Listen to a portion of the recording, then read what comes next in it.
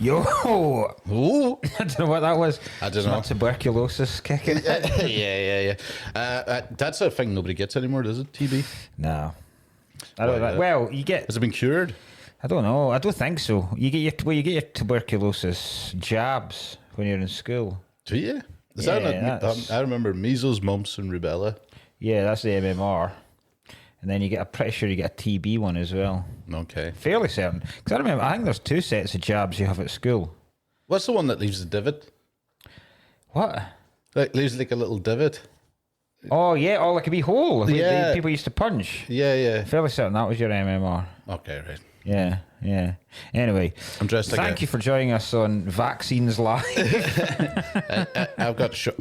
I'm sick.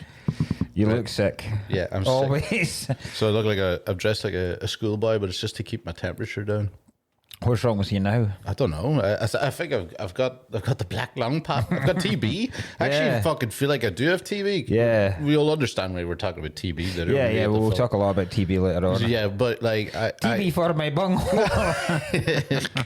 I've ended up like I've got some sort of weird sickness where like I keep fucking temperatures are all over the place. And I Right. feel violently ill. Have you been to the doctor?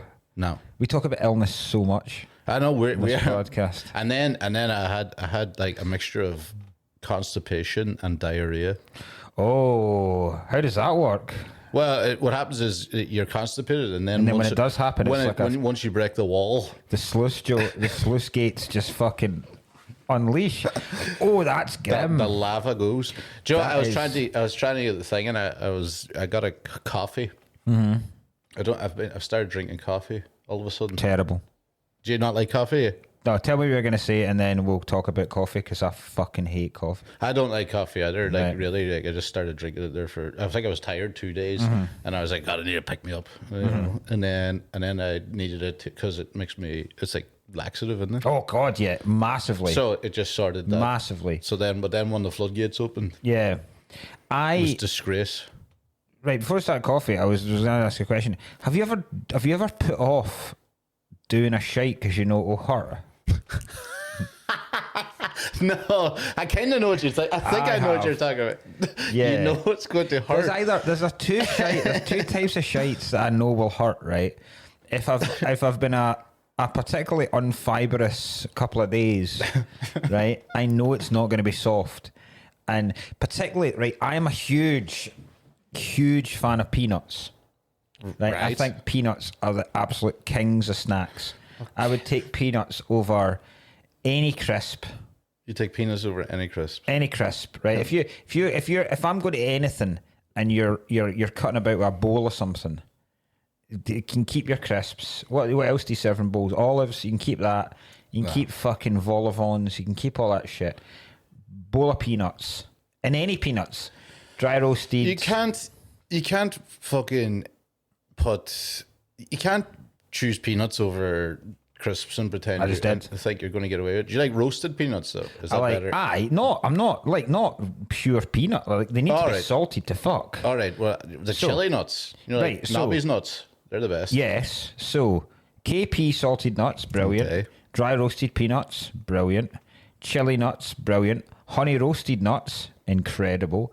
Barbecue, crunchy. You ever seen them? Like don't peanuts covered don't in like a like barbecue barbecue. coating. Don't Fucking really like incredible. barbecue ones. Salt and vinegar peanuts, the king. Okay. Right. A big bag of KP salt and vinegar peanuts, unbelievable. You know the best thing about salt and vinegar peanuts? At the end, when you've already had a great time because you've had peanuts anyway. See, once you've finished the last peanut, see at the bottom, you've got all the wee crystallized bits of salt and vinegar. And I see if you want to wake up, right? Fuck your coffee. See if you want to wake up, tan that like a shot. Jesus H. Christ.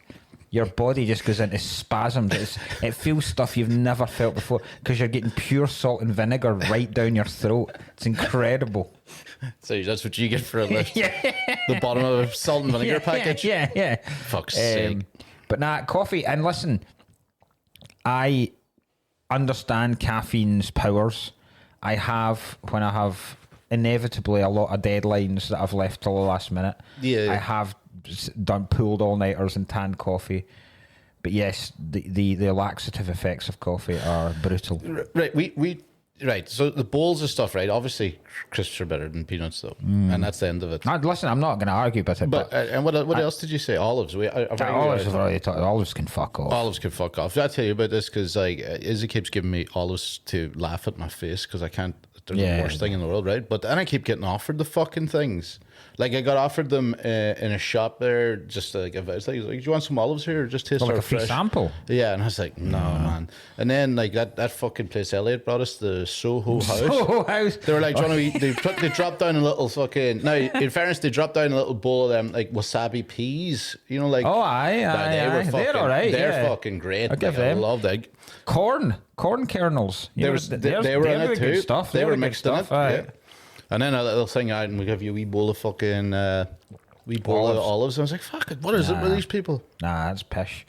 Sex offenders, all of them. Aye. I just hate the taste of coffee. It's so bitter. Yeah. Well, what I've started doing is drinking espresso. Right. Because they're tiny. Yeah. So I'll be like, there's what I get from it. But also I'm not drinking loads of it. Because it tastes like shit most of the time, you know. Yeah. So the only espresso I would drink is Sabrina Carpenter's arse crack.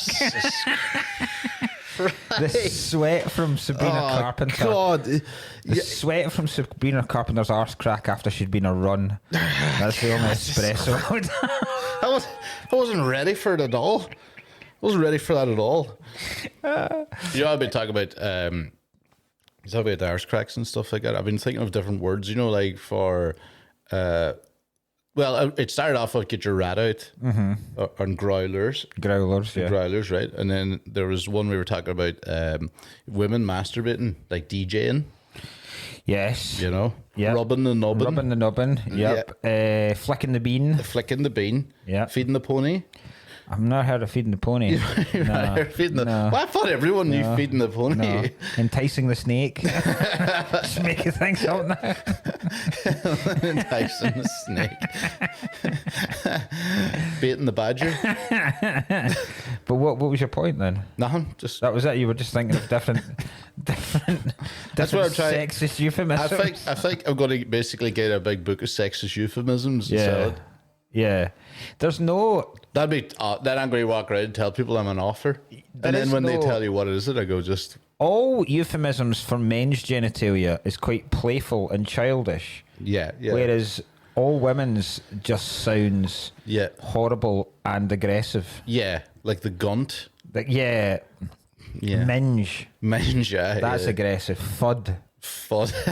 Yeah, fud. There used to be a Show me your Elmer Fudd. Before the trans debate that is happening in the UK just now, when Britain could have a grown up discussion about it, there used to be a great joke at school where it was, did you hear about the man that wanted to become a woman?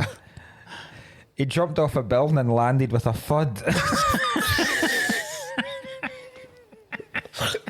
That's so fucking stupid. It's so childish, but it's so harmless. It's like, oh, Christ. Good work. Espresso I'll give you. I would, because it's quick. It's just the taste. Like, see, when I have coffee, I need to make it so milky and so much sugar in it just to mask the taste. Okay, if you get flavour, do they do flavoured coffees? Yeah. I'd be into that.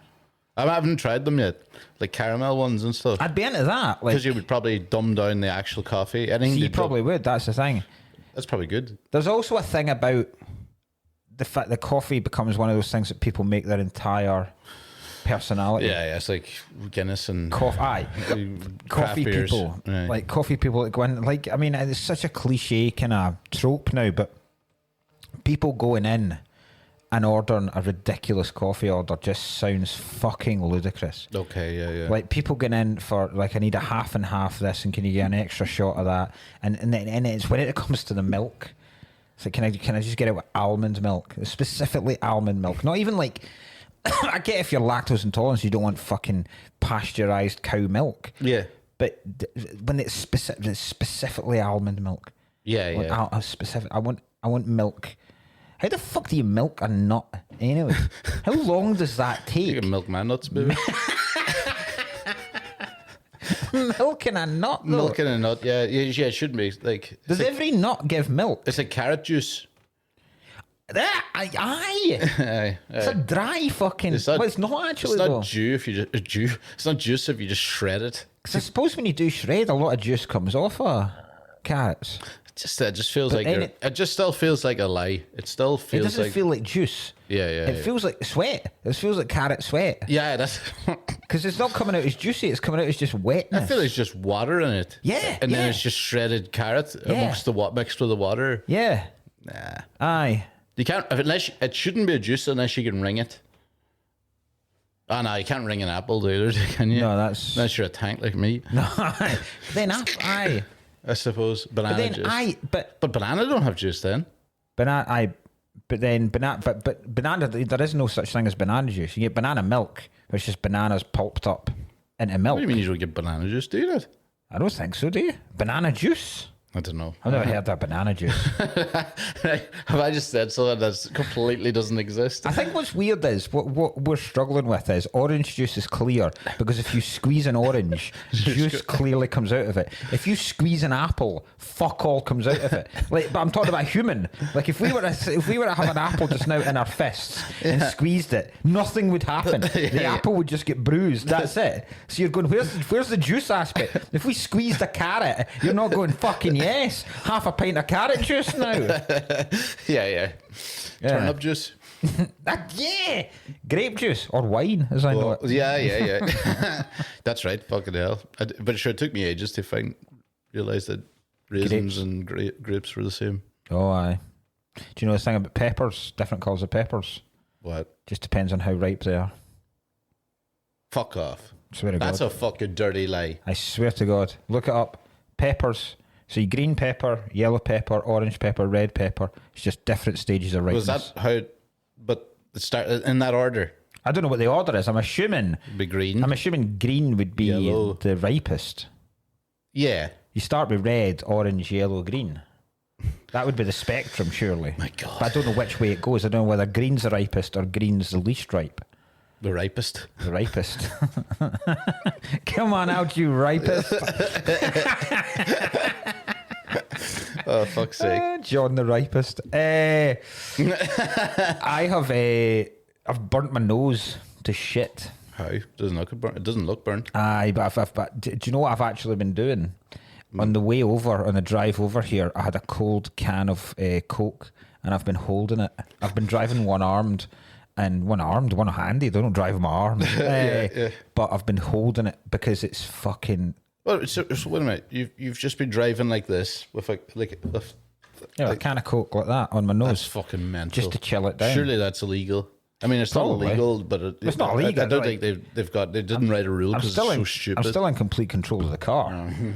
Remember, I've got an automatic now, so I don't need to change gears. Oh, I that's only need right. one arm. Oh, no, right, okay. Oh, hand. Only need one hand. Only need I one don't arm for drive arms. But it's because I'm very much still of that.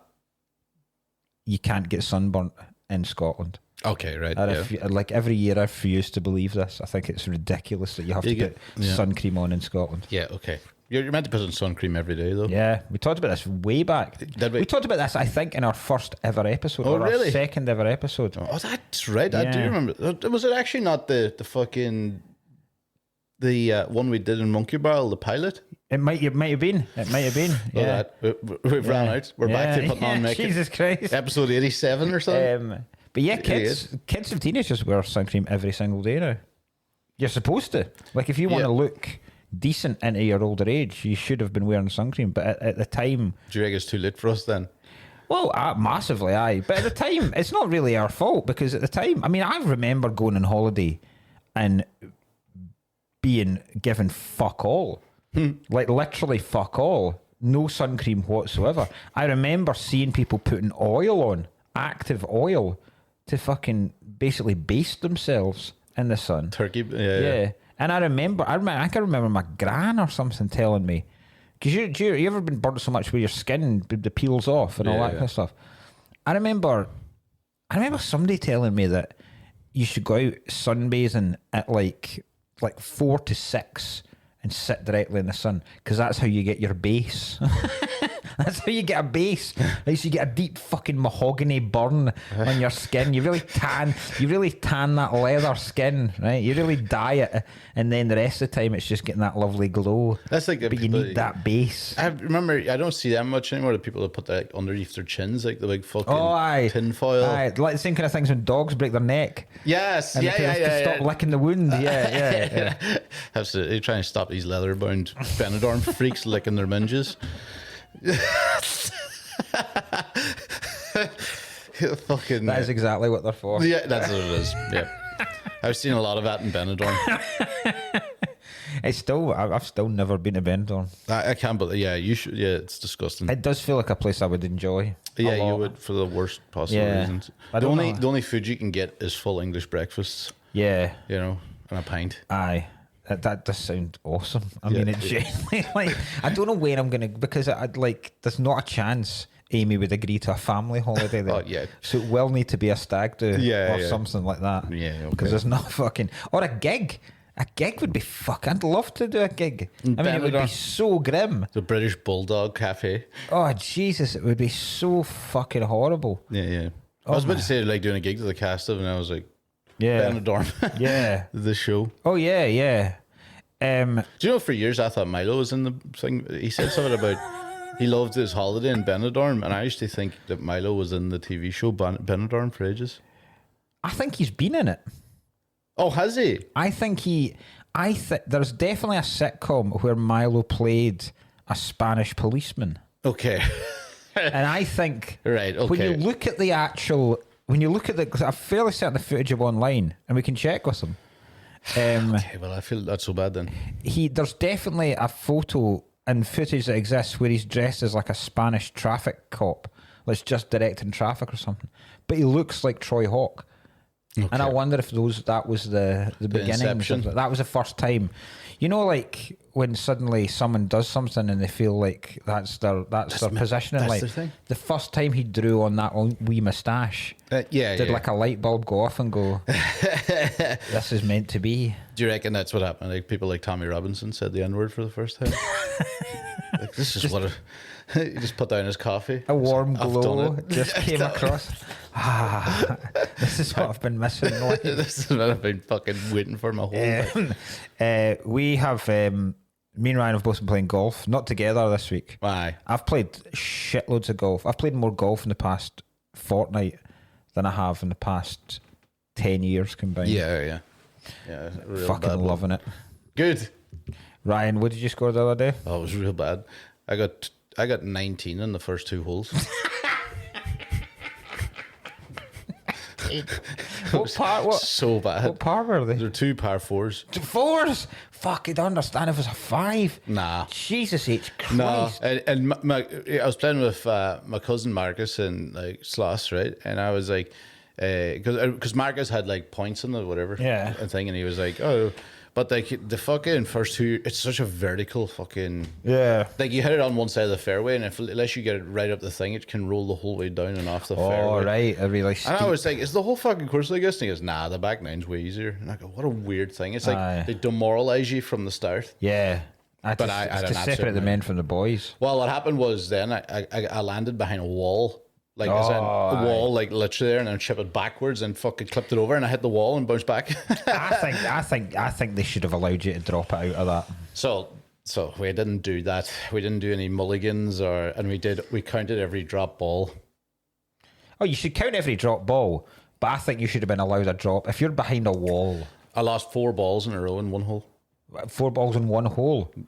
4 tee-offs. There was a big massive forest. It's a thin thing you had to go through, and there's a big forest left, so every one of them I pulled 4 in a row. Do you not think it went like after the second, I'm just going to iron this up so I make it definitely get it? I think that's cowardly behavior. He just went full fucking Don Johnson and tin cup. You're that's like that, not a fucking chance. Not a chance, man. Yeah. Eventually we got there. I mean, I was already 5 over for the hole by the time, I'd got 4 yards. So that's what happened. But then I got two great pars. I had that par the last 4 holes the other day. I think I got a 92 of the days. No, my entire score was 106. I still never got a birdie in my life. I've never birdied a hole. I've birdied a hole either. No. It's coming though. It's close. I know it's close. Yeah. But I don't know. It was fucking terrible. Everybody had such a bad one. Sloss gave up. Yeah, he's a huffy wee bastard. He really is. Like he wasn't in a bad mood though. He just he like, you know, it wasn't like he went, I'm not playing. He just went, I've had a disaster here. Did he walk? Did he still walk the rest of the course? Yeah, he stayed. Oh, that's all right then. Yeah. He walked it. Played with us. Even like the last few holes, he took one like a scenic one. He just went. He says, I'm playing so poorly. I'm actually a danger to people. There's a couple of old boys as well that kept fucking, you know, like fixing on the, you know, they were like fixing bunkers and shit. And we must have came across them about 6-7 times, and they were fucking, they were a good laugh. They were just looking at you, going like, "Oh, the ladies will be catching you soon." It's and I'm fucking, like, it's the what, like, because I'm taking Seamus out. Anytime there's somebody coming up behind us that's playing on their own, I'll let them play through. Of course, yeah. And there's been 2 in a row now where the guy has absolutely fucked it with his drive. Like completely fucked it. And even Seamus kind of goes, like, but it's only ever happened to me once. And once when I was playing on my own, has a group of 3 lads gone, "Oh, sure, you're on your, like, just play through." But then it's 3 folk watching you take a drive, and you're just like that. It's because you can't go, "Oh no, it's all right. I'm quite happy waiting for the 3 of you at every site. I'm quite happy waiting 20 minutes at every hole." But it's the most pressure you will ever feel under. It's absolutely horrible. And then I swing like a fucking psychopath. So they're just like, "What is this guy? What the fuck where did they find this creep?" You forget, like, see, especially when because we're only playing like municipal council courses. Yeah. And you forget that more people are shite than good. Aye. You make this assumption that folk are going to be really good, and then you watch some folk, you go, "Jesus fucking Christ, you're awful." Like, yeah. I got really bad yesterday at the gauging the distances. Yeah. I had there was one that was 190 yards.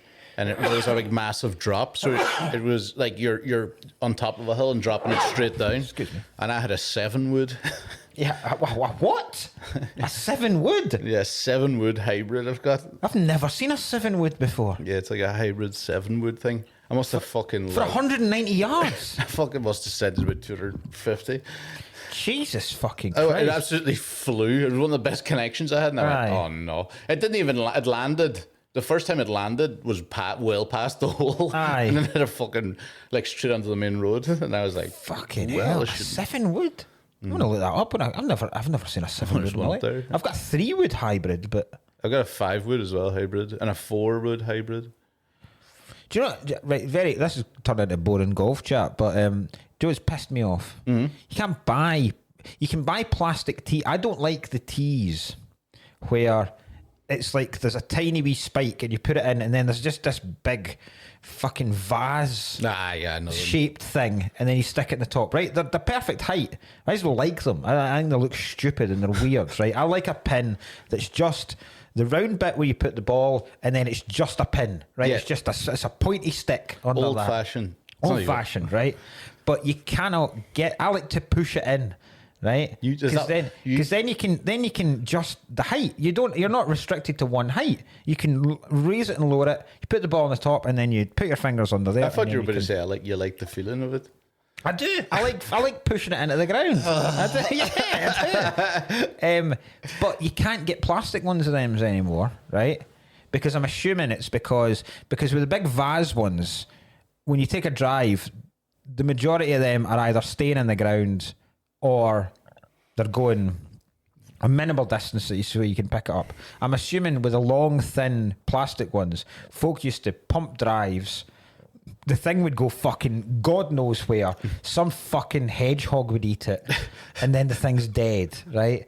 And it's bad, or it gets fucking trampled into the ground, and then that's it. It's not going to biodegrade for fucking 1 million years or some shit like that. Okay. So the only thin ones they sell now are bamboo. But you break one every single drive. So, like, I was like, the first time we played, I bought like a bag of 20, and I was like, "Oh, this will do easily." And then you realise in like hole 6, you've already broken 6. You're like, "What the fuck is this?" So that's really annoyed me. Yeah. So this is like metal straws, isn't it? It's like metal straws. It's like things.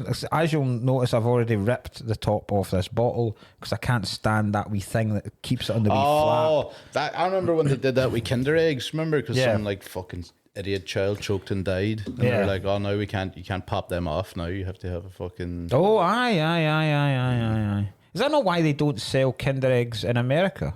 Because kids choke.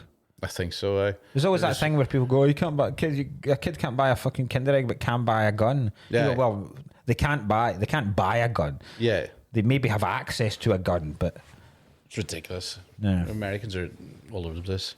Yeah, just absolutely. Yeah, you put down that Kinder egg, Yeah, hand them an exactly. Uzi. Let that rip. I'll be a real man. Right. This week's movie is in honor of the recently departed Val Kilmer. So it was my pick, and I was gonna buy. I didn't know which Val Kilmer performance to pick. Batman was never in the running. Okay. Because I've quite a soft spot for Batman Forever. I don't think it's as bad as everyone says it is, Okay. and I think he's I think he's a very good Bruce Wayne. I think he's a great Batman. I thought about Top Secret, which you might not have seen. It's like a spoof. No. It's very, very similar. I think it's actually made by the same guys that made Naked Gun and Airplane. Okay. I think it's the Zuckers. I don't know. So I thought about that. I don't want to spunk Top Gun just yet.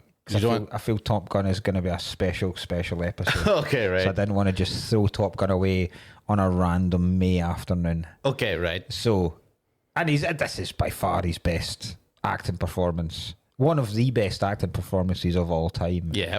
As Doc Holliday in Tombstone. Yeah. I mean, I was never a Val Kilmer fan, really, because all I really remembered him too much was like some old films and then like MacGruber. Yeah. And then like, then recently I was like watching Heat, and he was so good in that. Heat's fucking incredible. And I'd never heard this. So it was only about what, 5-6 episodes or 4 maybe episodes ago or something. When you mentioned this film, I was like, I've never seen this film. I don't know what the fuck you're talking about.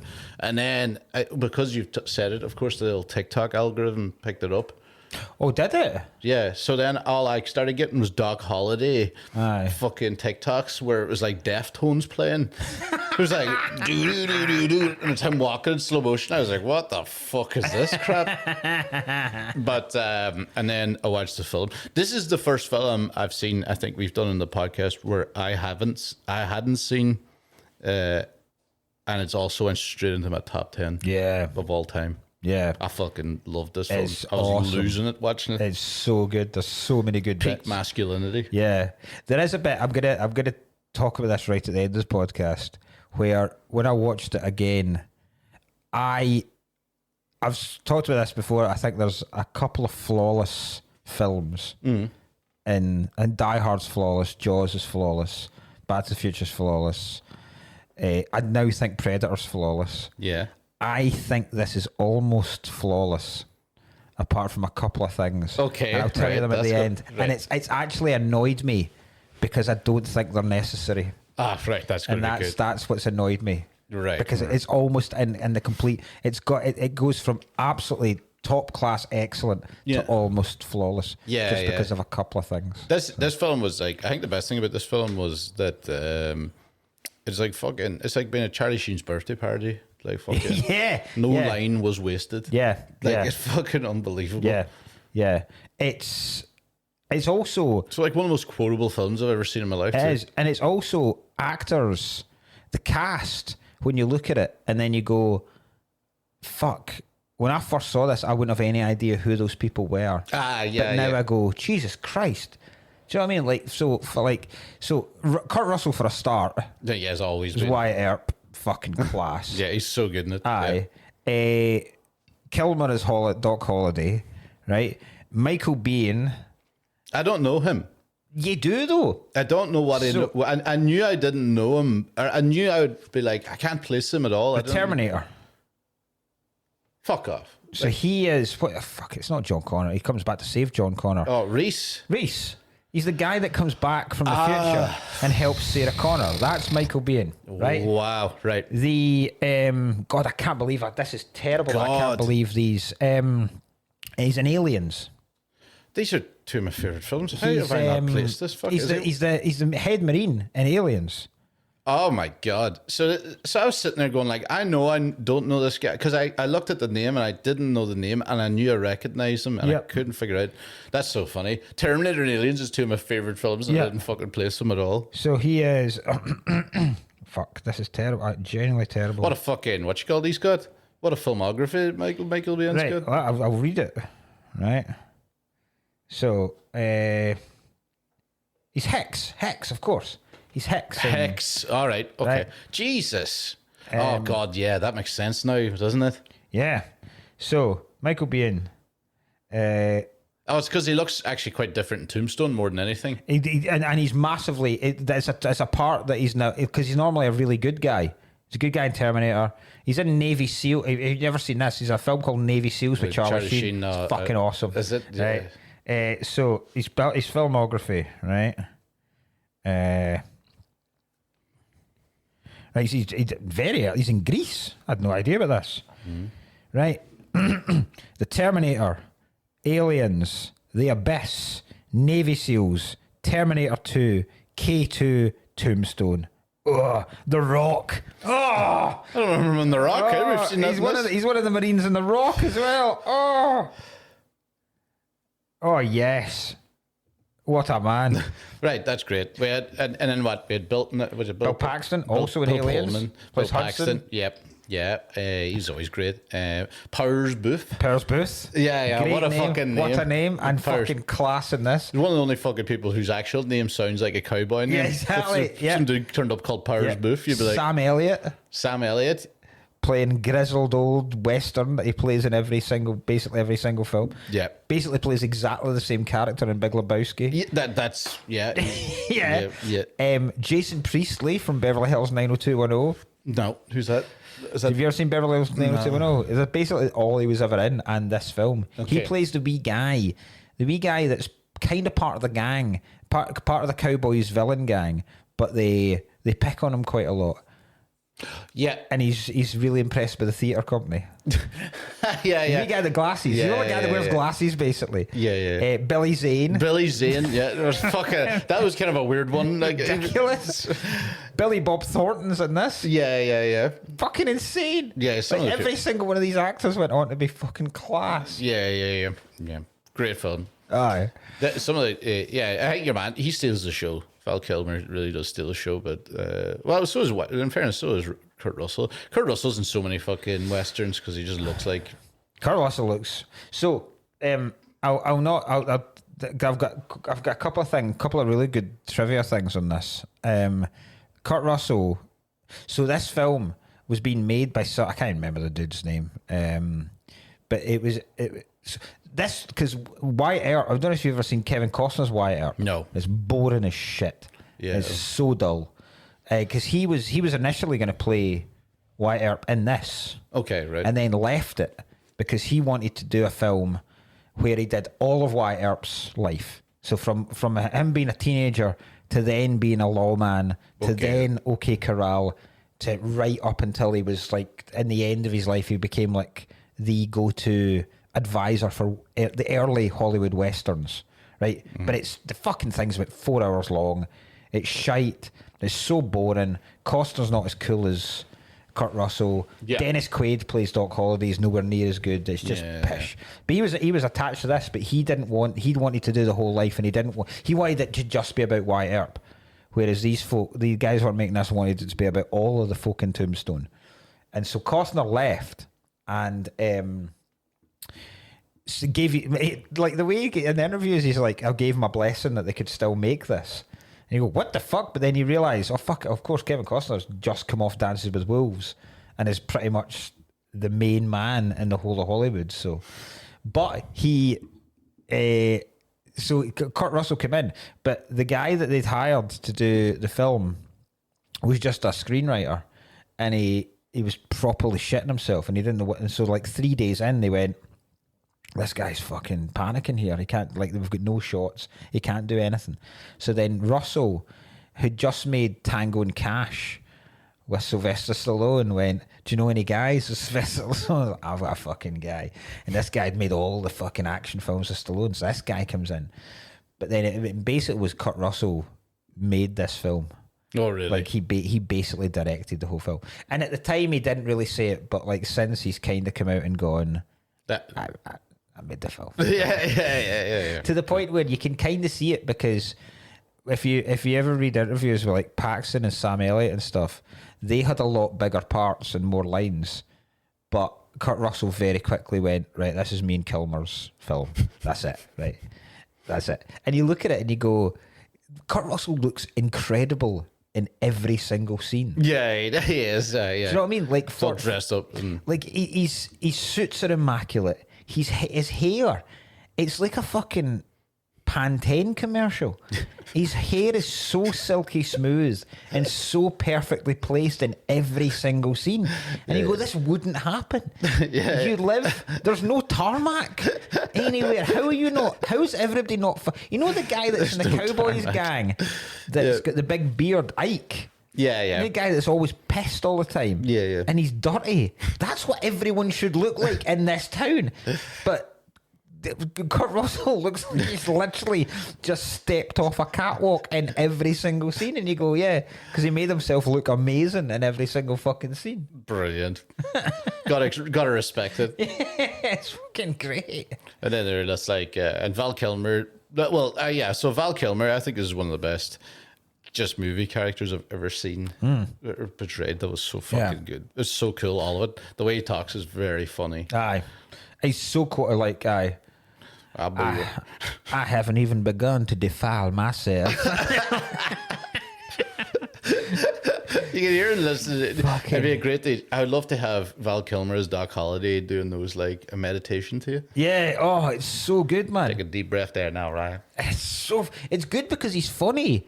He's so funny. And he's ill. Yeah, and he's threatening. That's what it is. Like he's everything. He's playing basically every emotion as a character. Like, I don't know. I kind of thought it was good because, like, straight from the off, it's kind of like this cunt's dying and he knows it. Yeah, because he's green. Because he's literally green. And he's fucking like sweating, like just dripping with sweat at any times. Like, you know, and every time he fucking speaks to someone, like, he's always like coming out of a corner too at times. Yeah, he does appear. He does suddenly appear. I love his, because he's that famous one is I'm your Huckleberry. I'm your Huckleberry. Yeah. Coming out, he just comes around like a pole. Yeah. It'd be great. I could just imagine him in various different situations pulling that one out. Yeah. Like a couple. Yeah. Like, maybe we should bring another person into the bedroom. Just coming out of Doc Holliday, just coming out of the closet, sweating. Why is like he so fuck. Sweaty? Why is he so sweaty? I'll be your Huckleberry.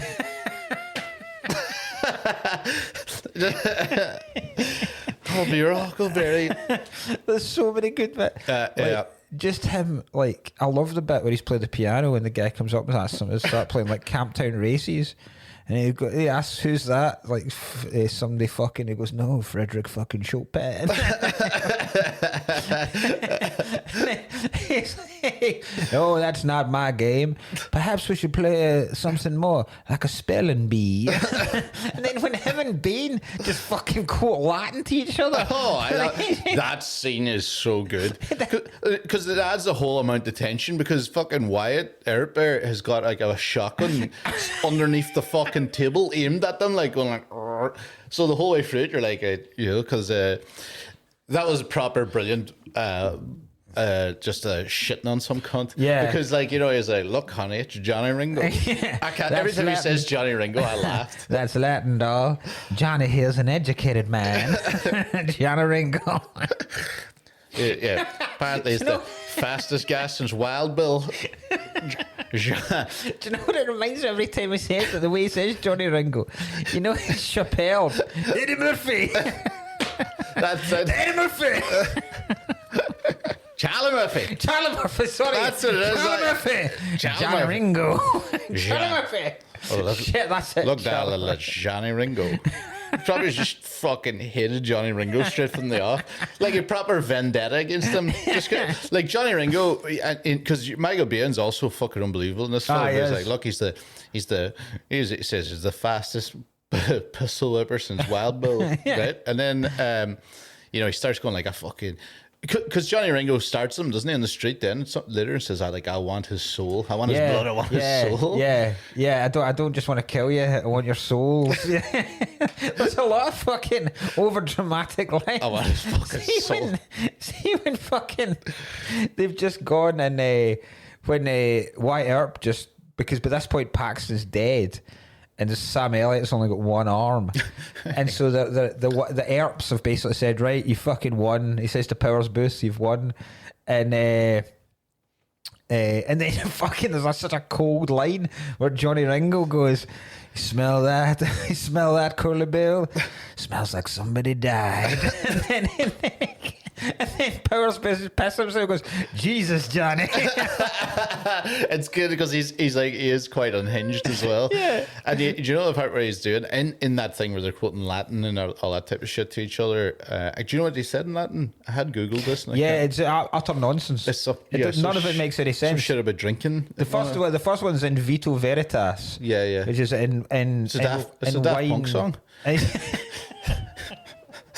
Was it in wine we find truth or something like that? Oh, aye, it's something about drinking, yeah. Aye, but then ridiculous shit just keeps getting... It'd be great if it was all mad, like, do you believe in life after love?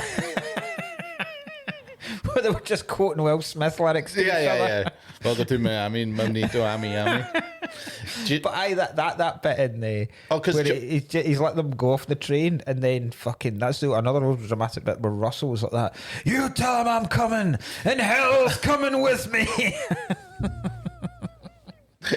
That's great. Shouting at your local pub. It's brutally violent. Is it like? I love the gun flipping. Like, because he does the thing. This is pretty cool. I was like, do these fucking cunts have to learn this? Well, I thought that I didn't. That was one I like it because it's funny. Because Val Kilmer then does it with his wee. I love the fact that he only drinks out of his own specific metallic mug.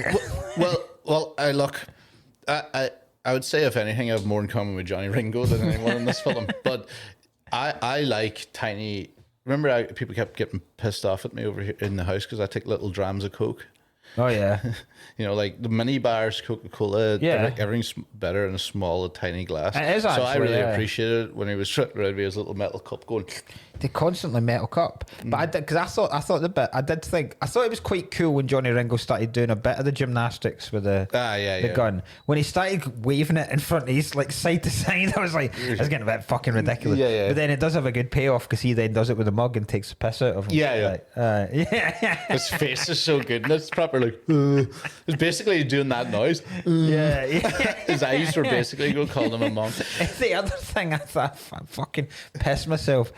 Because so he's got tuberculosis, right, really bad. He's coughing and spluttering. He's dripping, physically dripping. He's green. He can barely walk. Every time, so at various points that he starts bleeding from the mouth, right? And it's the fact that seems to be a common slur and piss take because they keep calling him longer. But it's like it seems to be like a kind of, it's like, like when you're playground you'd call someone gay. All right, longer. Even Johnny Ringo calls him. It comes, okay, longer. It's like. I love the way that's just a common slur. There's so many cunts who've got tuberculosis. There's no need to come up with a name for these fucking sweaty bastards. Remember, he's like, what about, he goes, I'm just, that's the start of that say too. He's like, he goes, why are you around here? You're retired? He goes, I'm retired. He goes, what about you, Doc? And he's like, who, me? Well, I'm in my prime. I'm in my prime. How you looking? Basically, he goes, how you looking?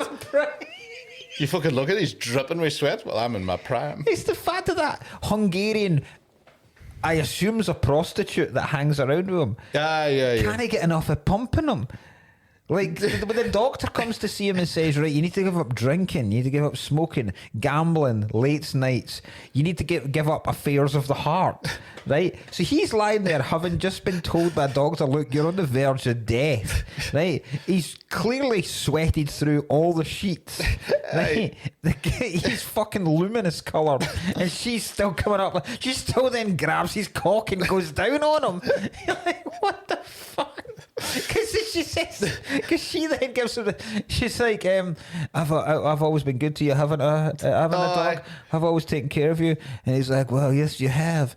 But then again, you may be the Antichrist. She's sucking him off. You may be the Antichrist. Do you know as well, like when he's playing that fucking, he's playing poker with her. That's why, because she sits down. By the way, first of all, prostitutes in the Wild West, they wear a lot of layers. Yeah, they do. For a prostitute, you feel like you need a fucking hedge trimmer to get their clothes on. Yeah, I think that was part of the attraction. Yeah, I suppose. Because they kept a shitload in but pushed it all up, like corsets and stuff like that. Yeah, corsets. Bustles. You know what a bustle is? It's basically a big fake arse. You know when you see women in westerns cutting about and they've got this massive J-Lo Kardashian arse behind them, that's just all fabric. Okay, it's just all pushed up. They've got tiny wee arses.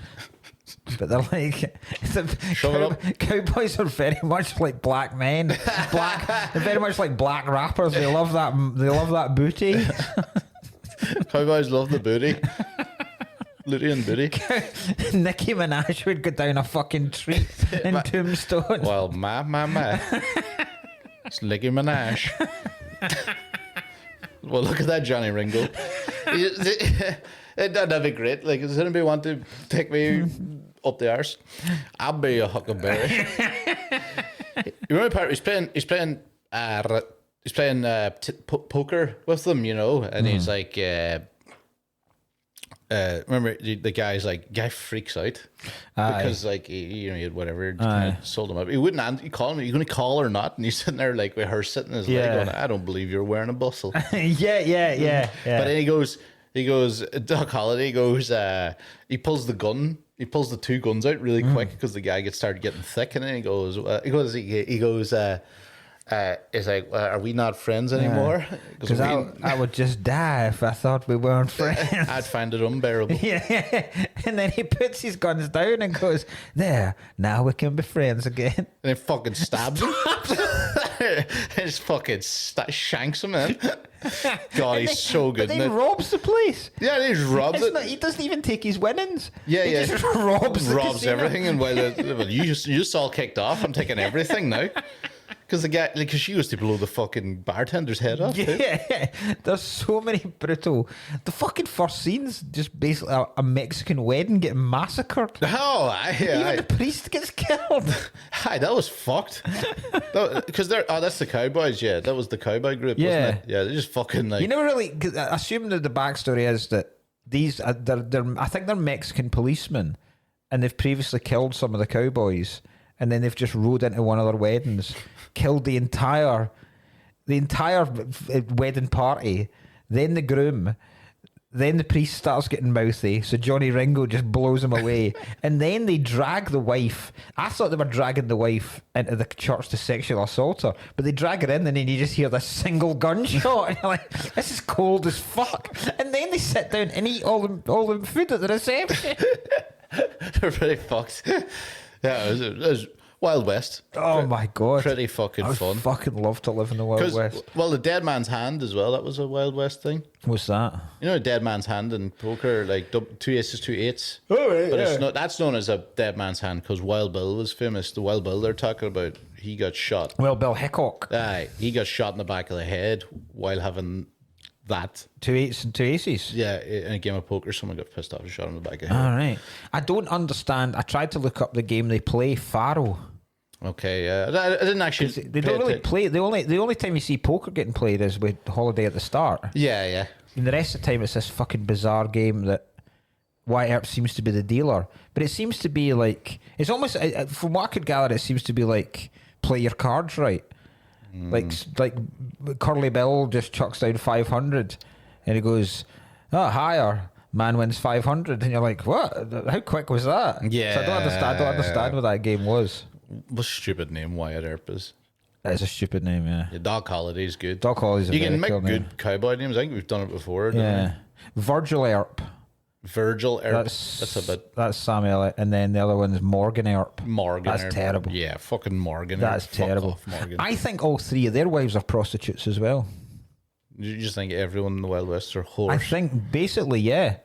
I think because when they get off the train and Wyatt Earp introduces his wife and you say, where do you think he got her? Same place we got ours. And they're like, oh, they're all whores. Do you know, like, Wild West is actually quite well known for women being treated better than everywhere else in like America and other parts of the world, because they were allowed to go into bars and drink and have things, and they would be like, this is my wife and all this type of shit, which was really very true, actually. Yeah, I mean, the actress is she's like one of the main stars of the play, which you wouldn't imagine. Oh really? Oh yeah, that's right. Yeah, but no, you're right. There's some weird bits in that.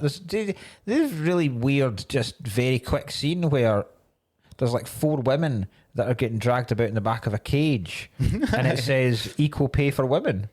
Yeah, I never thought there'd be that kind of protest, that type of stuff at the Wild West time, because I'm like, I was fascinated with the Wild West. I always wanted to be a cowboy. I think I said this the last time.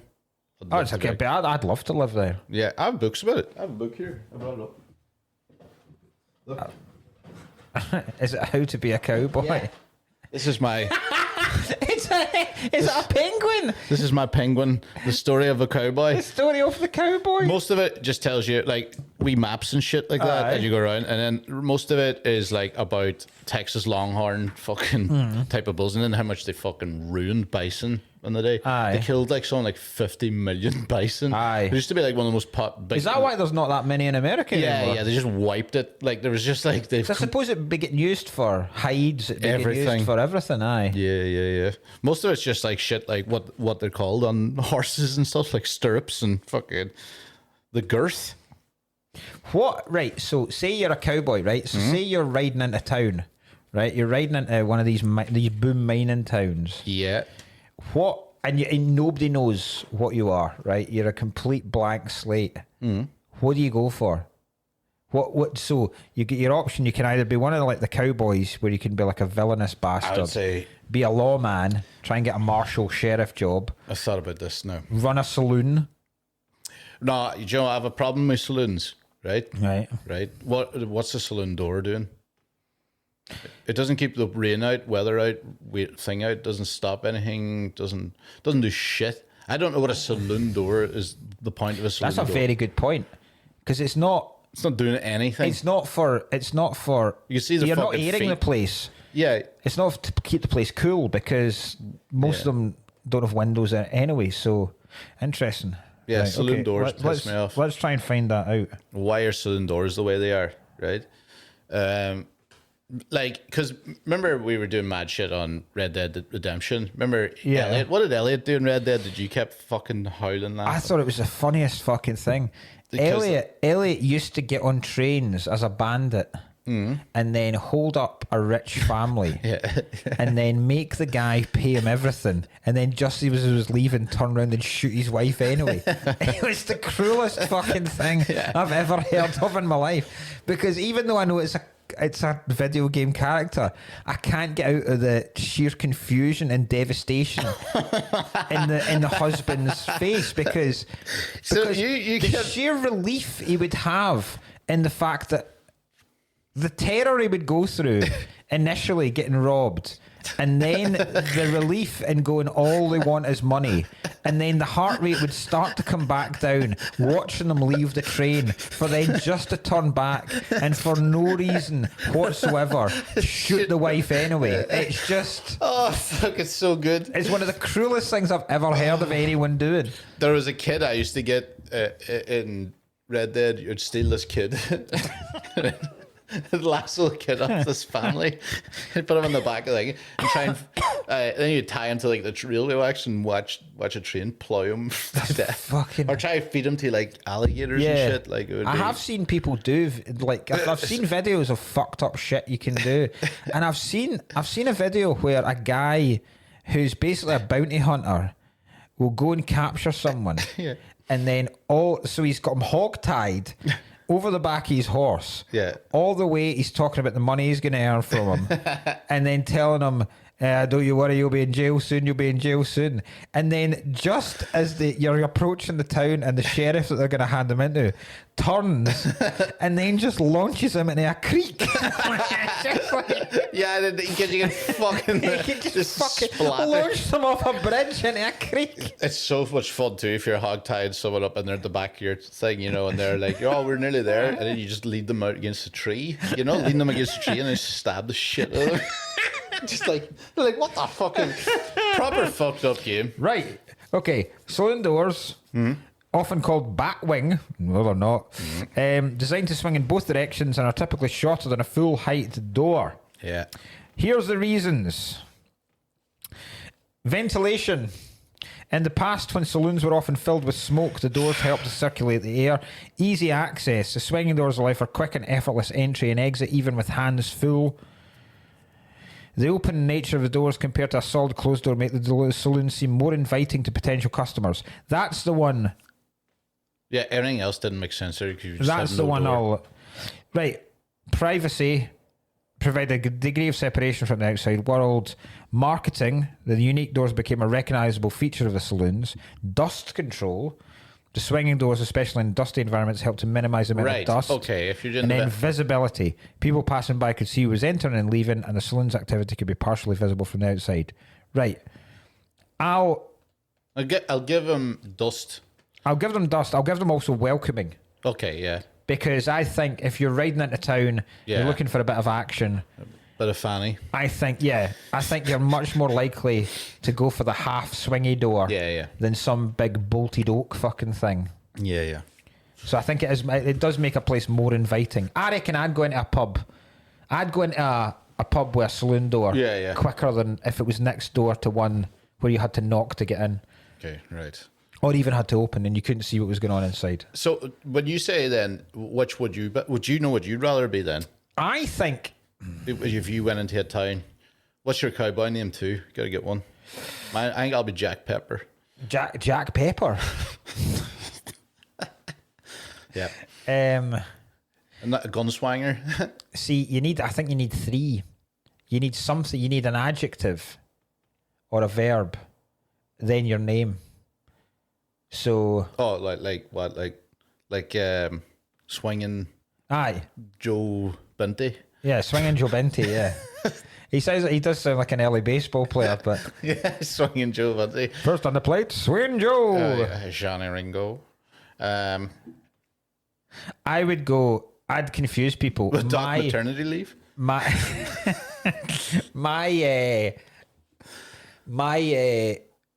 precursor adjective would also be my name. So I'd be Dusty Dustifer.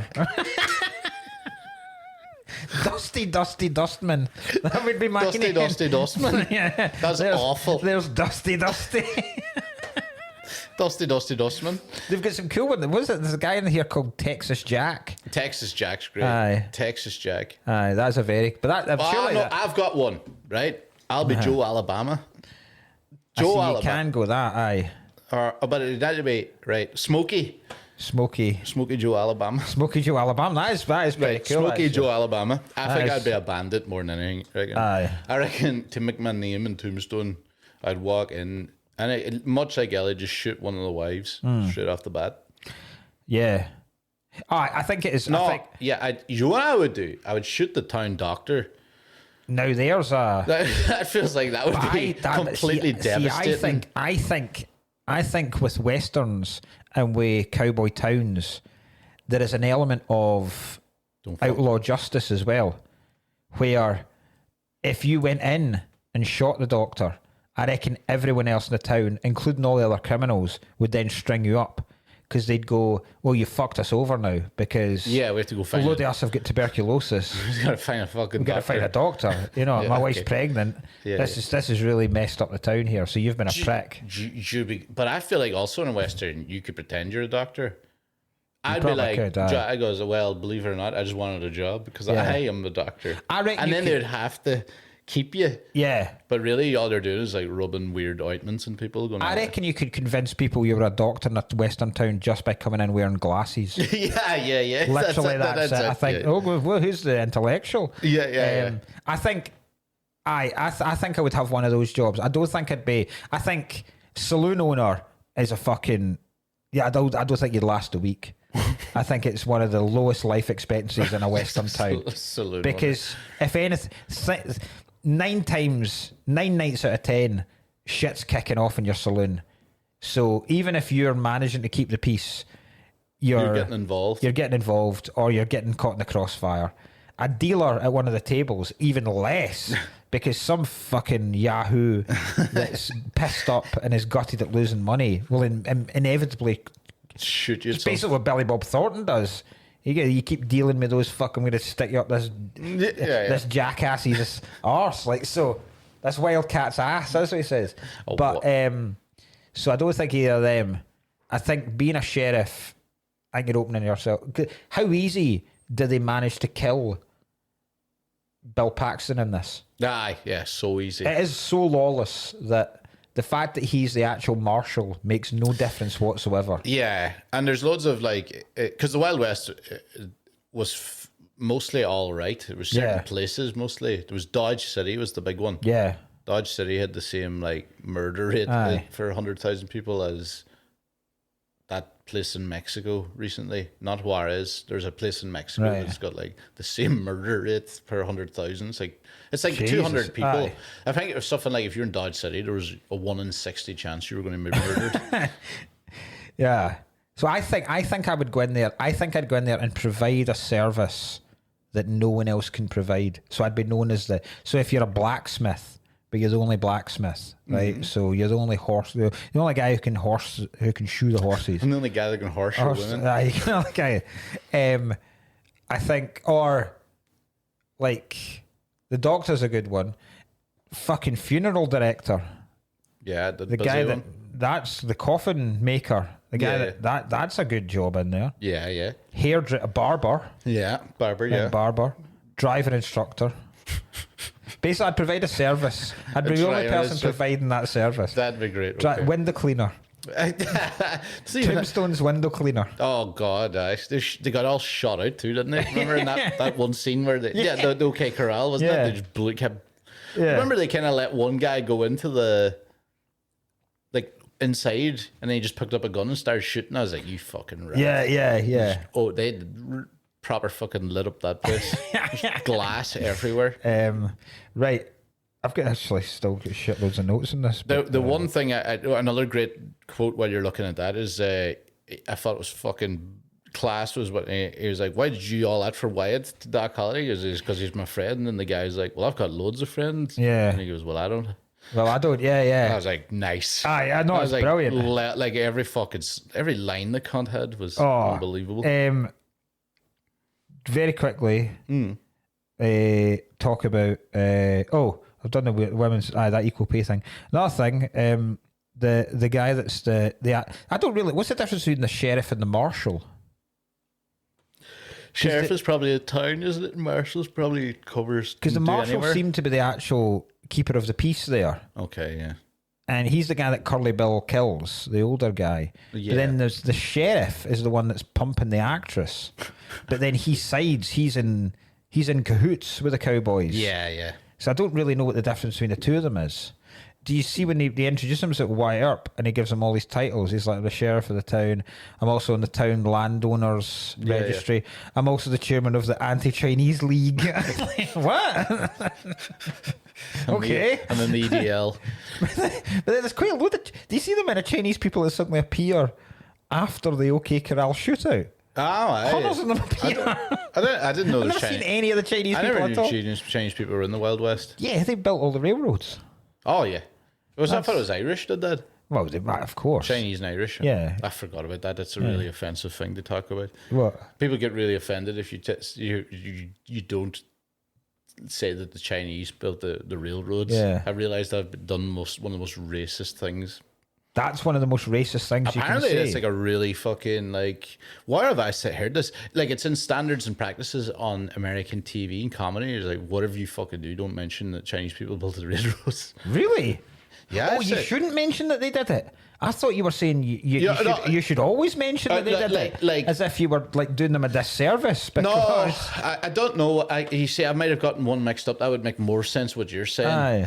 Yeah, like there's something to do with Asians and almost railroads. Like don't ignore or denigrate what Chinese people have actually done for the. That's what I think for the transport system in this country. Yeah. Or there was me going like, I didn't know there was Chinese people at all. How'd they get there? Wild West. I thought it was one guy just running about. Yeah. Fucking hell. No Indians in this. So I guess well, like that. No Native Americans. What is this, Bollywood? Sid, a friend of the podcast, Sid. Give me this. I give you that, yeah. Messaged me to say about, you see that, because he loved it. And the drinks that the women are all drinking, laudanum. So he'd looked it up. So I looked up as well. And it's a fucking insane, it's basically cough mixture, right? But longer. It is basically opium and alcohol mixed together. Nice. That's what she was tanning all the time. Like she was off her tits the whole film. Love it. Just opium. It's one of those. I've got these things that I wish I could try that are in films, but you can't really get them now in real life. That's now in there. Laudanum.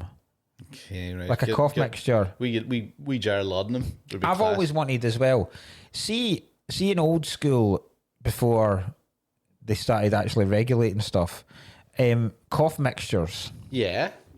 You used to be able to get cough mixtures. If you were feeling like shit, or you had the flu, or you had a really bad cold, and you just wanted to go to sleep. Yeah. You used to get cough mixtures that would just fucking knock you out. Yeah. See if you tanned like half a bottle of a cough mixture, it had so much drugs in it that it would just knock you out, and you'd have a great sleep. Big class. You can't get that anymore. So you think it's going to be like this? Well, I mean, like black people in America, that's like a trope that they have. They drink purple drink. What's that? That's like cough syrup and alcohol. All right. Yeah. Purple drink. You hear people say it, chatting about purple drink. Nice. Yeah. So laudanum's up there. The number one is Quaaludes. Oh, you wanted? Would love to try Quaaludes. Okay, they're gone now, aren't they? Yeah, you can't get them anymore. Yeah. I pretty much do it every single time I watch Wolf of Wall Street. I've googled what would be the modern equivalent of Quaaludes. Can't wait to redo that episode. I hate that film and you love it. Do you know like we do like he'd be a good barman as well. Dog holiday. Yeah. Sorry when. I just want to say Johnny Ringo for the rest of my life. Do you want to do right? I'll give you the trivia, right? And then give me a trivia. And then I've got a couple of things still to talk about. Sweet. But then I'll tell you why I think it's not flawless. Right. Okay. So trivia. So I said that Costner had given his blessing that they could still go ahead with this, but he was still going to go and make White Earp. Because he'd already put it in practice, Costner had basically bought and booked and hired every single Western costume in Hollywood for his White Earp. So Kurt Russell said that they had to go to Europe, and it actually helped because it made them look more stylish. Yeah, because they look a lot more stylish in this than they do in Costner's White Earp. Okay, I liked it. Yeah. They were yeah. They're all in three-piece suits. Doc Holliday's last words in this is where he's lying in bed and he goes, "Oh, I'll be damned." They're his genuine last words. Oh, right. They're his actual last words. Class. The reason is because he always said because he was an outlaw, he would die with his boots on. And because he's barefoot at the end and he's about to die, he goes, "Well, I'll be damned." That's class. Very cool. We love shit that is actors basically doing things in, even if they're not in the script, actors doing things. Like, as I've said before, I love when directors go fucking extreme to get performances out of people. Like the like when Friedkin in The Exorcist told Ellen Burstyn that her dad had just died, but we need to get this. I know one of the trivia, yeah. It might be I know this one. What? I might know this one. Right. I know one bit of trivia from this film. There's three of them. Okay, right. Right? One of them, two of them are actors and one of them is a director, right? Right. So in every single close-up of Michael Biehn in this, he never ever blinks. Great. Right? He never blinks in any of them. And it's to basically show how determined and how professional, how intense Johnny Ringo is. He finally blinks just before he has the shootout with Doc Holliday at the end. So good. And that's him basically going, right, he's beat me. I think Johnny Ringo was terrified of him, right? Because I think when he did the cup, I think he knew he was fucked, even from the cup. That your man is like, oh, he's got an awful whatever. Again, that's saying, I'm no Huckleberry. Yeah. But then that fucking scene is so good. Yeah. Where he's like, well, Johnny, it looks like someone's just walked over your grave. Yeah. I was like, yes. Yeah. So that's cool. Kilmer, when he was filming the death scene, asked the director to lay him on a bed of ice. So this is one I knew. Yeah, so they would shake. Yeah, so it's a bed of ice. And act, because you can see him, he acts weird, but you couldn't act that. That is just natural body impulses that just make these bizarre fucking... Because it would look forced, like the way I'm doing it just now. It would look forced. Bed of Whereas ice. with that, it's like, so you just lay on a bed of ice. This is cool. I think this is awesome. This is a decision by Russell, right? So, after Morgan, Bill Paxton dies. So he dies in Wyatt Earp's arms, right?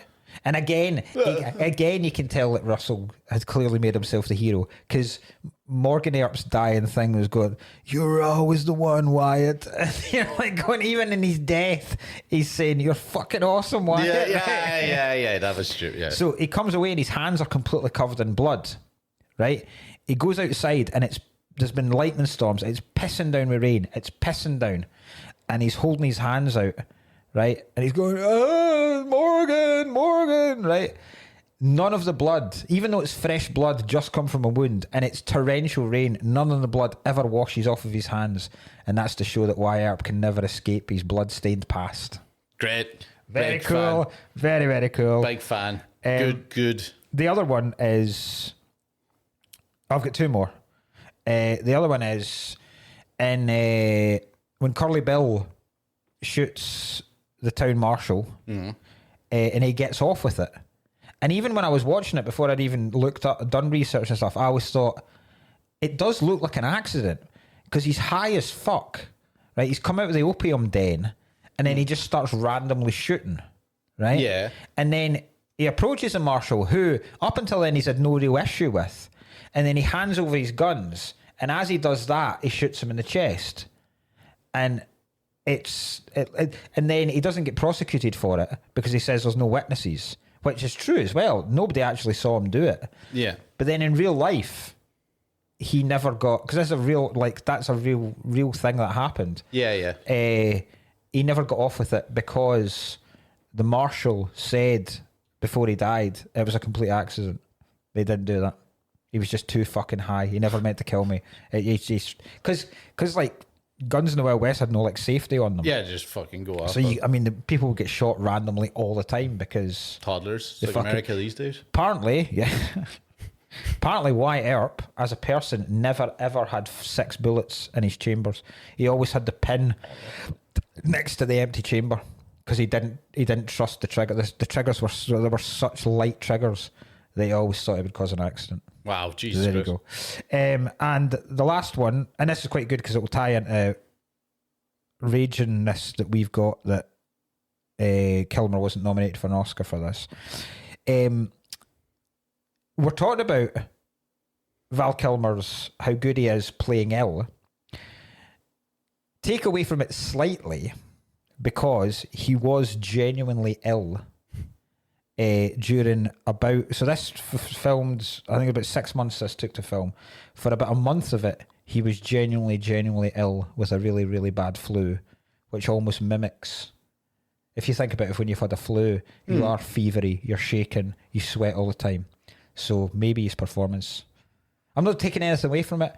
I'm just saying, the reason it actually worked out because it did. They managed to film all the scenes where he is really ill while he had the flu, because Kurt Russell was like, why the fuck wouldn't we use this? And Kilmer's such a fucking maniac that he said, get me up. Absolutely, let's do this. And the reason that they couldn't, like, the reason that he was so ill for so long is because they didn't have any medical staff on the set. And do you know why that was? It was a doc holiday. Fuck off, you fucking rat cunt. That's actually the one that's angered me the most in a long time. What a fucking Jesus Christ, Mark. That one's actually fucking I can feel myself boiling now. It amazes me every single time. I don't know how you keep falling for this. You should know when I go into such intrinsic detail. Fucking God's sake. Do you know only 3 people died at the OK Corral in real life? Really? Yeah, there's only 3 injuries and 3 people died. Is this? Are you trying to do what I do to you? No, it's just a genuine fact. Really? What is a corral? I don't know. What is the OK Corral? I it looked like a watering hole. It was a bookies, wasn't it? Was it? That's excellent. Coral. The OK Corral, good one. Yeah, but genuinely, like Doc Holliday in real life apparently has only killed 3 people. Nah, you probably find that. Like, I bet Wyatt Earp hasn't killed nearly as many folk as legend says he has. Yeah. Right, 1994 Oscars. This was fucking insane, right? Because like this should, in my opinion, this should have won. Well, I would have put it best film. Well, I don't know what the films are. We'll do that now, right? Right, okay. But it has to be best screenwriting. You won't think it should have won best film. 94 is a big year, I feel like. It is a very, very, very big year. There's not a chance you will, like, so. Director, I don't think, especially considering what had happened, there was no chance of that. No, that's fine. Best film was Schindler's List. Right, sure. It can't beat that. Sure. You literally, they'd already decided Spielberg needed and you can't. Yeah, sure. When you already owe Spielberg an Oscar and he does one about the Holocaust, it's never not going to win. Yeah, right? yeah. The other nominations, The Fugitive. It's better than The Fugitive. Good film, though. I think this is better than The Fugitive. I love The Fugitive. Yeah. In the Name of the Father. Yeah, great film. This is better than it. The Piano. Oh, fuck off. You ever seen The Piano? No, I was thinking of The Pianist. Sorry, what's The Piano? It's set in New Zealand. It's about settlers. It's Holly Hunter. She's mute. Okay, and Harvey Keitel gets his cock out. No. That's pretty much the entire. Okay, right.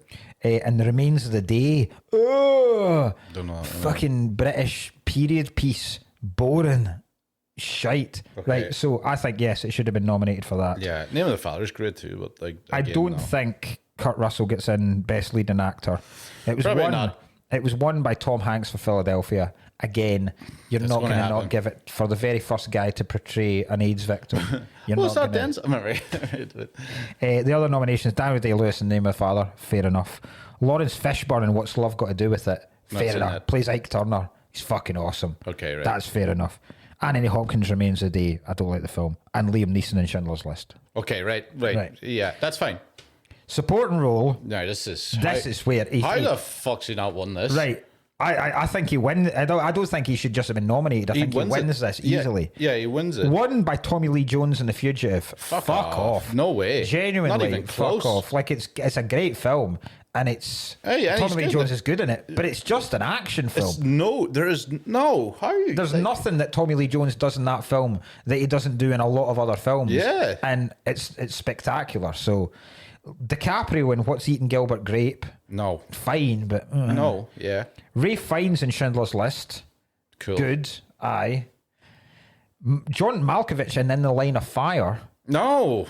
I love In the Line of Fire. I think it's a great film. Yeah. But again, I think it's Malkovich just being Malkovich. Yeah. I don't think it's anything special.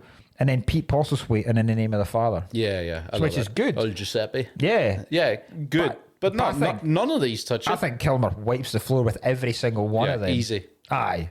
I want to see who was it. Screenwriting. There was barely much lost here. There was no. Like, I mean, in terms of just like words. It got no original screenplay. Like, it's not original, is it though? But it's because of a real story. I suppose it would be adapted screenplay, but yeah, I can't even fucking. It doesn't get a nomination for anything. Jesus Christ, unbelievable. Like, I'm not a big. My dad's a big Western guy. Yeah. I don't even know if he's seen this, because he watches old Westerns, like, you know? Fucking. Even if it is an original screenplay nominated that year, Sleepless in Seattle. No, fuck off. Like, yeah. Jesus. No, what are you looking for? Like, I know. The fucking most quotable fucking film I've ever heard. Utterly ridiculous. Yeah. Right, the only other thing, we're going to talk about facial, because it's the best facial hair I've ever seen, cumulatively in any film. Cumulative facial hair. Every single person has got a moustache or moustache and tiny beard. Mustachio. It's phenomenal. Yeah. All of them real as well.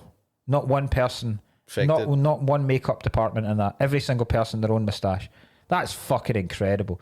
I mean, Sam Elliott obviously can grow a moustache. Kurt Russell, that moustache is fucking unbelievable. Gorgeous. Like, it's stunning. It really is. He's so And you know, it genuinely made, I was like, I'm going to grow a moustache again now. But I'm going to go further this time. I'm going to try and go. I'll do that from now on. I'll try and grow a full Kurt Russell. Can't. I reckon, what are we? First week in May. I reckon by the Fringe, I can have a full Kurt Russell. Do you reckon? Aye. Do it. I'm going to try. Do you reckon I could do it? I can go full Dr. Robotnik. You could quite easily have a holiday. I'd love it. If you shaved everything apart from the moustache and the wee below lip bit just now, that would be a fairly decent holiday. That was creepy. Yeah. And you sweat a lot as well. And you're off colour. I am sickly. And you cough. I'm sickly. Yeah. And you're shagging a Hungarian whore. There we go. A lunger. Shut up, Lunger. Willem Dafoe almost played Doc Holliday, by the way. That would have been pish. Oh my God. No, yeah. William Dafoe is possibly my favourite actor of all time. But no. Do you know which? But no. Do you know which? Because we're going to talk about facial hair in the Patreon. We're going to add a text Ryan and go. We're going to come up with our top 5 facial hairs in movies. There's a wee guy in this that's part of Curly Bill's gang that has got a bizarre moustache, which is only the 2 ends and then shaved everywhere else. Just tiny 2 wee ends. Fucking brilliant. Love it. One thing that annoyed me, how shite a shot Curly Bill is. Okay. See when there's like the whole kind of allegory for Jesus scene where Wyatt Earp walks into the water and he unloads about 9 shots at him and doesn't nick him once. Do you think that's from point blank range? Do you think that's? Oh, I get it. Yeah, straight across the. It's very symbolic. Yeah. It's a very.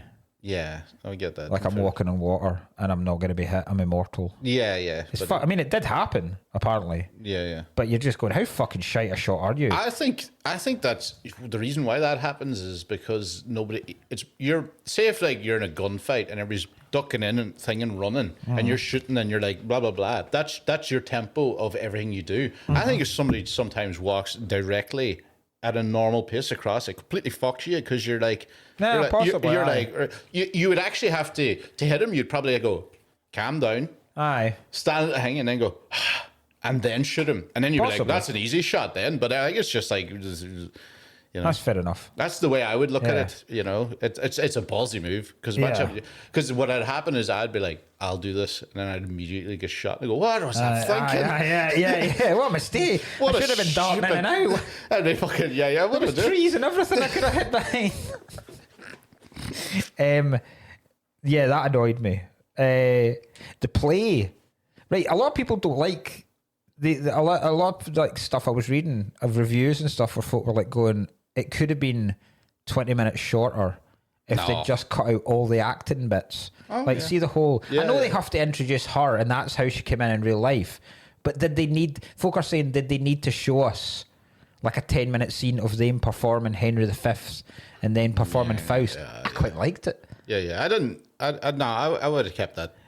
I quite liked it. Yeah, I would have kept that. Yeah. Shows you how annoying Billy Zane was. It's it did, funny character. Like. Yeah. And also, I got a proper kind of visceral Hard on.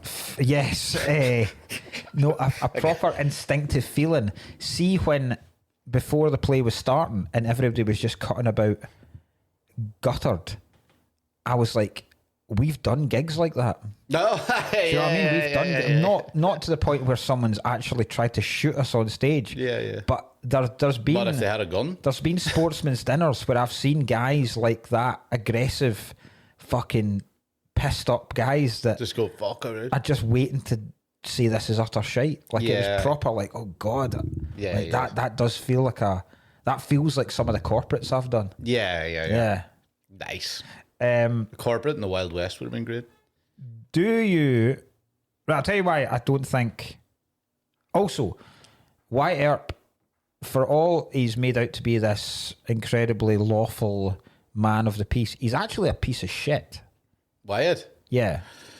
I mean, yeah. I mean, most of them are just abuse of power, aren't they? He's not. They always go to court. He's not as pure and honourable as he would like to think, or as he's made out. When he first turns up, he's basically running a racket. He turns up and says to the guy, look, protection money, I'll run your game, but you give me 25% of all the... So he's just using muscle to do it. And then he does shag about on his prostitute wife very, very easily. Yeah, that was... I felt quite sorry for her. Yeah. You know, at the end of it, like, just half the time she did nothing. And she was just constantly kept walking in and going, like... Remember, like, when he's leaving and them two catch eyes, and he's like, you should be catching eyes with me, you fucking wank. I know. Yeah, that was like... Yeah, it's pretty... Aye. Grim. She also gets such a shite footnote, which is just in the narration at the end. Yeah, She just died an overdose. She just OD'd. She's gone. She just died. Overdose. Right, the reason I don't think it's incredible Okay. This will be good. is I could do without the love story. Nah. It's fine. Nah. I don't like love stories anyway. Okay. Right. I think they drag films down. I could have massively done it without the scene where their horses fall in love. So then they then ride through and then somehow have this most picturesque fucking picnic in what looks to be fucking Fern Gully Forest. Yeah. Suddenly going from the wild, dusty wild west to find this evergreen forest where they can have this incredible picnic. Yeah, okay. And their two horses are basically pumping each other on the background. Yeah, I get the horses thing. That was weird. And then the dancing at the end in the snow. Fuck off.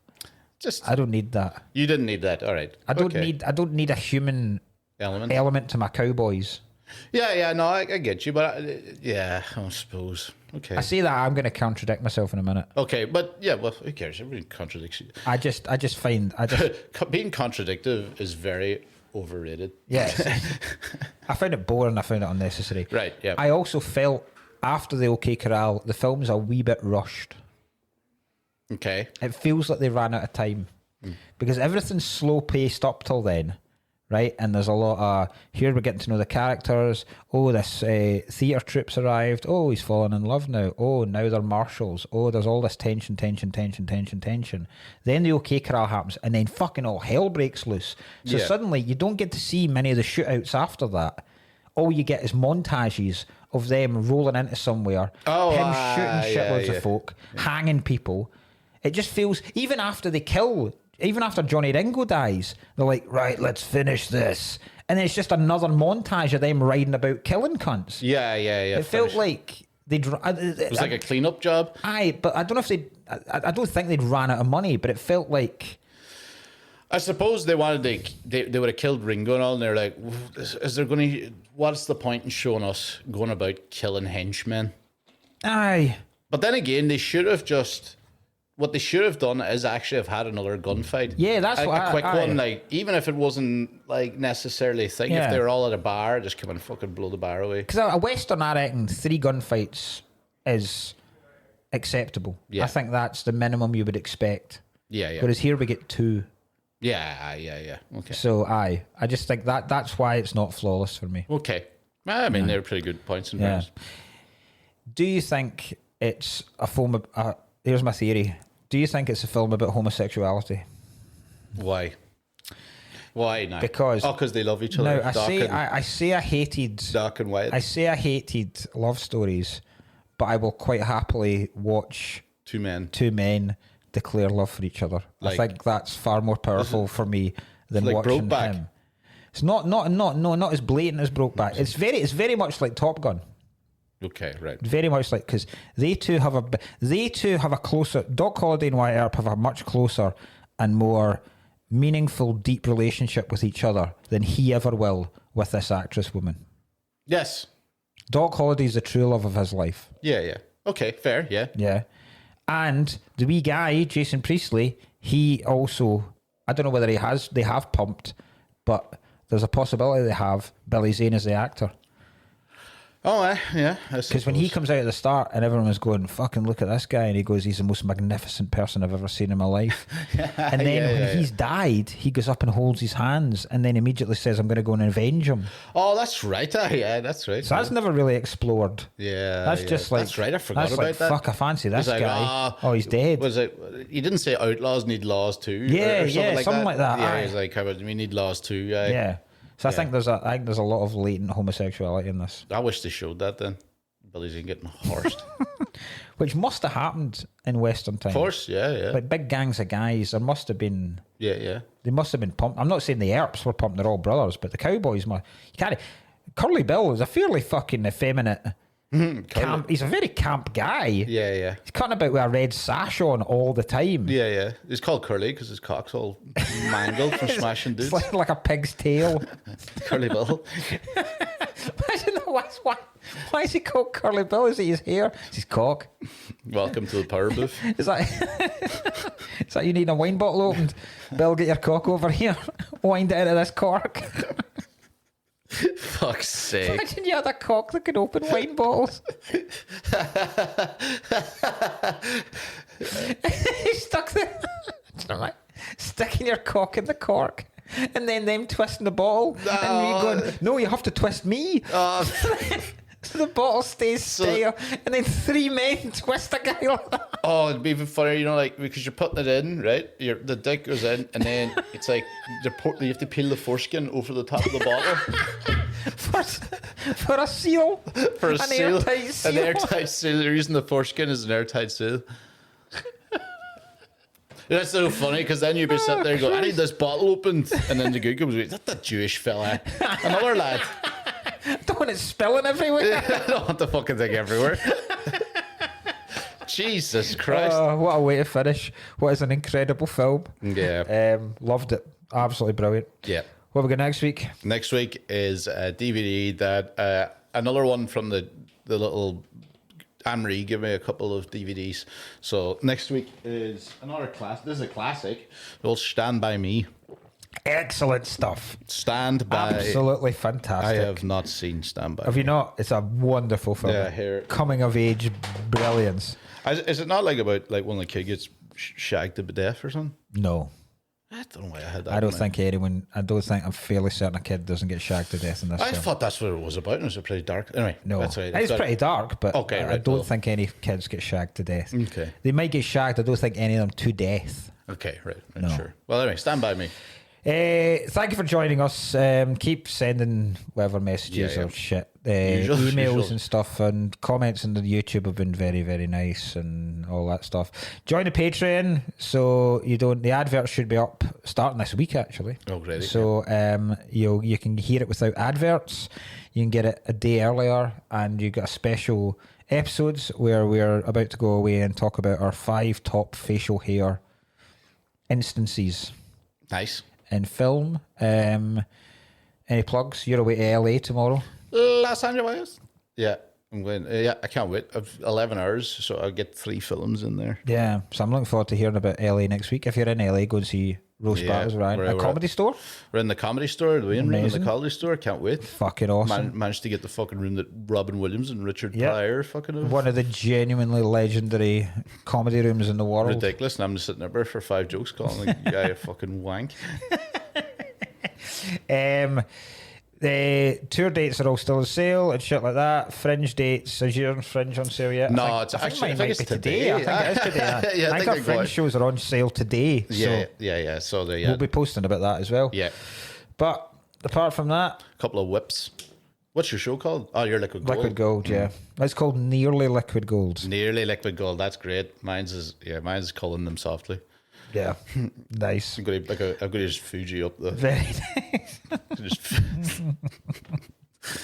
I'm just going to be music related things with killing from now on. It's just you. The Cullen fields. Just you performing one of the Fuji's albums. Cullen them softly with his schlong.